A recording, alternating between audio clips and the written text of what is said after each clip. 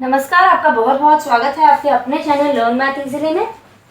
आज हम अपने सब topic characteristic of a ring को ही कंटिन्यू करते हुए उसकी थ्योरम नंबर 2 जो है वो डिस्कस करने जा रहे हैं। इससे पहले फर्स्ट थ्योरम जो है कैरेक्टरिस्टिक ऑफ अ रिंग की ऑलरेडी डिस्कस करी जा चुकी है और आज हम डिस्कस कर रहे हैं थ्योरम नंबर 2। इस सब टॉपिक पर बेस्ड जितनी भी थ्योरम्स हैं, प्रॉब्लम्स हैं, वो सभी बहुत ज़्यादा इंपॉर्टेंट हैं और आप उन्हें एग्जाम्स में एक्सपेक्ट भी कर सकते हैं। तो ज़रूरी ये है कि आप इन वीडियोस को ध्यान से देखें। अगर आपको किसी भी तरह का कोई भी डाउट है इस टॉपिक से रिलेटेड तो आप मुझे कमेंट सेक्शन में भी कमेंट कर सकते हैं। तो चलिए शुरू करते हैं थ्योरम की स्टेटमेंट से, जो कि कुछ इस तरह से है। If D is an integral domain and if NA is equal to 0 for some A not equal to 0 in D and some integer N not equal to 0, prove that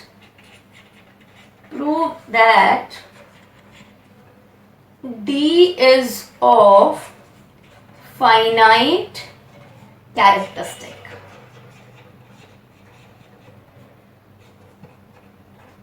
अब मैं थ्योरम की स्टेटमेंट को थोड़ा सा explain करती हूँ। यहाँ पर हम क्या कह रहे हैं कि D एक इंटीग्रल डोमेन है और NA इज इक्वल टू 0 है, जहाँ पर A एक नॉन ज़ीरो एलिमेंट है D का एंड n जो है वो एक नॉन ज़ीरो इंटीजर है। ये दोनों एक दूसरे के साथ में जो प्रोडक्ट आ रहा है इनका वो 0 आ रहा है। ये दोनों नॉन ज़ीरो है लेकिन इनका जो मल्टीपल आ रहा है वो 0 आ रहा है। तो ऐसे केस में हमें ये प्रूव करना है कि D की कैरेक्टरिस्टिक जो है वो फाइनाइट है। तो चलिए इसका प्रूफ जो है वो स्टार्ट करते हैं। NA is equal to 0 for some, this is for some A not equal to 0 belongs to D and N not equal to 0। यहाँ हमें शो करना है कि D की कैरेक्टरिस्टिक फाइनाइट है। यहाँ हमें एक एलिमेंट के लिए दे रखा है नॉन ज़ीरो A के लिए, और अगर हमें फाइनाइट कैरेक्टरिस्टिक शो करना है तो हमें ये शो करना होगा कि nx is equal to 0 for all x belongs to D। In order to prove D is of finite characteristic, we need to prove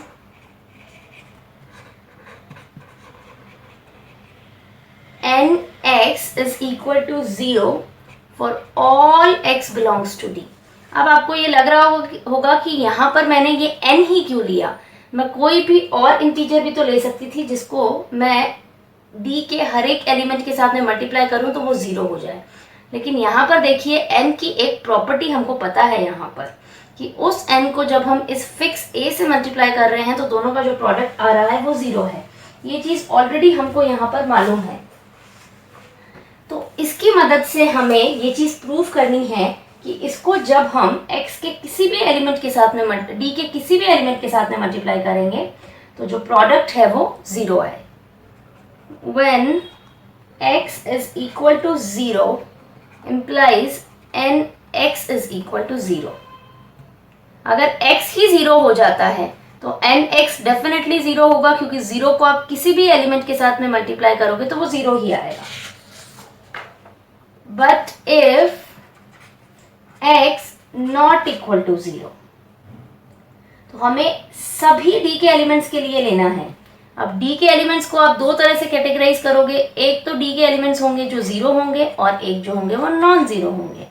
तो x इज इक्वल टू 0 के लिए तो वो चीज़ ट्रू हो रही है, लेकिन अब हमें प्रूव करना हुआ बचे हुए मेजॉरिटी एलिमेंट्स जो कि नॉन ज़ीरो हैं। हमें ये पता है, we know NA is equal to 0। अब हम क्या कर रहे हैं, दोनों साइड x से मल्टीप्लाई कर देते हैं। तो ये आ गया NaX is equal to 0 into X, ये आ जाएगा। अब यहाँ पर देखिए 0 इंटू एक्स क्या हो गया 0, क्योंकि 0 को किसी भी एलिमेंट के साथ मल्टीप्लाई करोगे तो वो 0 ही आएगा। ये एन ए है, यानी कि ए को n टाइम्स ऐड किया गया है, a plus A plus A plus and so on plus A. How many times? n times add किया गया है into x is equal to 0। ये क्या आ जाएगा? अब एक एक एलिमेंट को हम x से मल्टीप्लाई करेंगे, कैसे? Bye distributive law. तो ये आ गया ax plus A x plus A x plus and so on plus A x. ये चीज़ हम इसलिए कर पाते हैं क्योंकि D एक रिंग है, इंटीग्रल डोमेन है, तो वो एक रिंग तो होगा ही, जिसके कारण वहाँ पर डिस्ट्रीब्यूटिव लॉ होल्ड करेगा बाय डिस्ट्रीब्यूटिव लॉ। ये आ जाता है। अब यहाँ से हम a कॉमन ले लेते हैं, तो ये आ गया 1 into x plus 1 into x plus and so on plus 1 into x is equal to 0। ये कितने टाइम्स हो रहा है? ये हो रहा है n टाइम्स। तो a into n x is equal to 0। अब हमें क्या दे रखा है कि D एक इंटीग्रल डोमेन है जिनका a इंटू एन एक्स जो है वो 0 आ रहा है, जिनके एलिमेंट्स का जो प्रोडक्ट है वो 0 आ रहा है। But D is an integral domain, तो अगर ये प्रोडक्ट 0 आ रहा है तो या तो a 0 है या फिर nx 0 है। Therefore either a is equal to 0 or nx is equal to 0, but a not equal to 0। दोनों में से एक चीज़ तो होगी ही, या तो a 0 होगा या फिर nx 0 होगा, लेकिन हमें दे रखा है कि a नॉन ज़ीरो है। Therefore nx is equal to 0। और यहाँ पर देखिए हम सभी नॉन ज़ीरो x की बात कर रहे हैं, for all x belongs to D। और नॉन ज़ीरो को ऑलरेडी हम प्रूव कर चुके हैं, for all non zero x belongs to D, और 0 को हम ऑलरेडी प्रूव कर चुके हैं। Therefore nx is equal to 0 for all x belongs to D। Therefore D is of finite characteristic। इससे क्या हो जाएगा? D की जो कैरेक्टरिस्टिक है वो फाइनाइट हो जाएगी। यहाँ पर देखिए हम क्या कह रहे हैं कि D की कैरेक्टरिस्टिक फाइनाइट हो रही है। यहाँ पर हमने बिल्कुल भी नहीं कहा कि कैरेक्टरिस्टिक ऑफ D जो है वो n है, ये चीज़ हमने यहाँ पर बिल्कुल भी नहीं कहा है। तो इसी पे बेस्ड आगे की एक कोरोलरी है, ये भी बहुत ज़्यादा इम्पोर्टेंट है। तो सबसे पहले मैं कोरोलरी की स्टेटमेंट लिखती हूँ जो कि कुछ इस तरह से है। Also show that characteristic of D, जिसको मैं लिख रही हूँ शॉर्ट में CHD, divides n। हमने यहाँ पर क्या शो करा है कि nx is equal to 0 for all x belongs to D। लेकिन हमारे पास में इससे ये चीज़ प्रूफ बिल्कुल भी नहीं होती कि n जो है वो D का कैरेक्टरिस्टिक है। कैरेक्टरिस्टिक होने के लिए n should be the least positive integer, ये सबसे छोटी पॉजिटिव इंटीजर होनी चाहिए जहाँ पर ये वाला जो क्राइटेरिया है वो होल्ड हो। तो इसका प्रूफ स्टार्ट करते हैं। Suppose characteristic of D is equal to m। हमें शो क्या करना है कि m जो है वो इस n को डिवाइड करे। अब अगर D का कैरेक्टरिस्टिक m है, implies m is the least positive integer such that x is equal to 0 for all x belongs to D। ये वाला आ चुका है। इसी के साथ साथ थ्योरम की स्टेटमेंट में हमको क्या दे रखा था? Given NA is equal to 0 for A not equal to 0 belongs to D and N not equal to 0। तो इससे हमें क्या पता चल जाएगा? बाय डिविजन एल्गोरिथम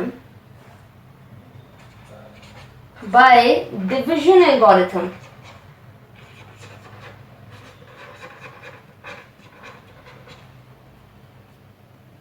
यहाँ पर m जो है वो लीस्ट पॉजिटिव इंटीजर है और n एक ऐसी ही इंटीजर है जहां पर for a not equal to 0 ये कंडीशन होल्ड हो रही है।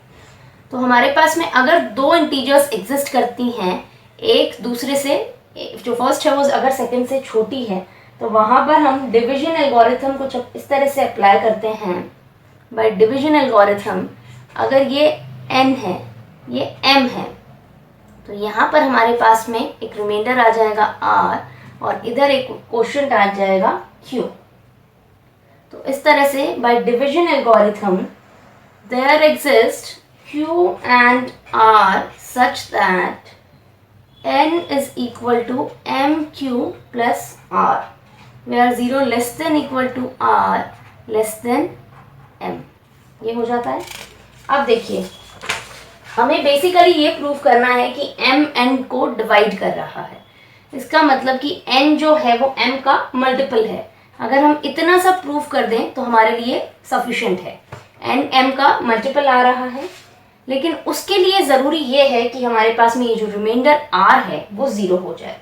तो हम इसका उल्टा मान लेते हैं। Suppose r not equal to 0, अगर r 0 नहीं है तो इसका मतलब हमारे पास में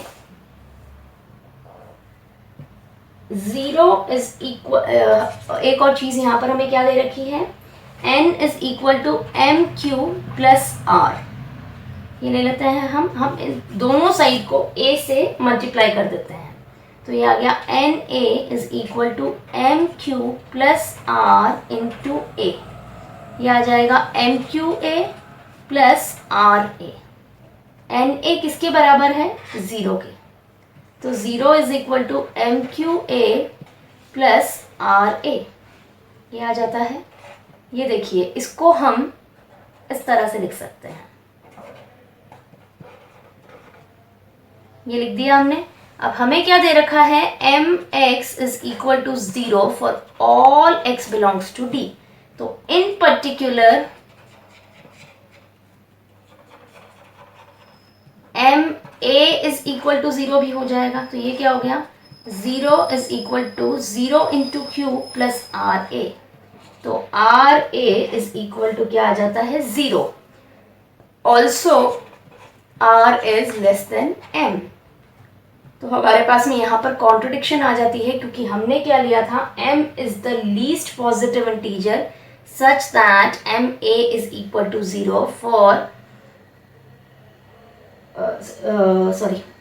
m is the least positive integer because m is the least positive integer such that m a is equal to 0, क्योंकि वहां पर हम क्या लिख रहे हैं, d की कैरेक्टरिस्टिक जो है वो m है।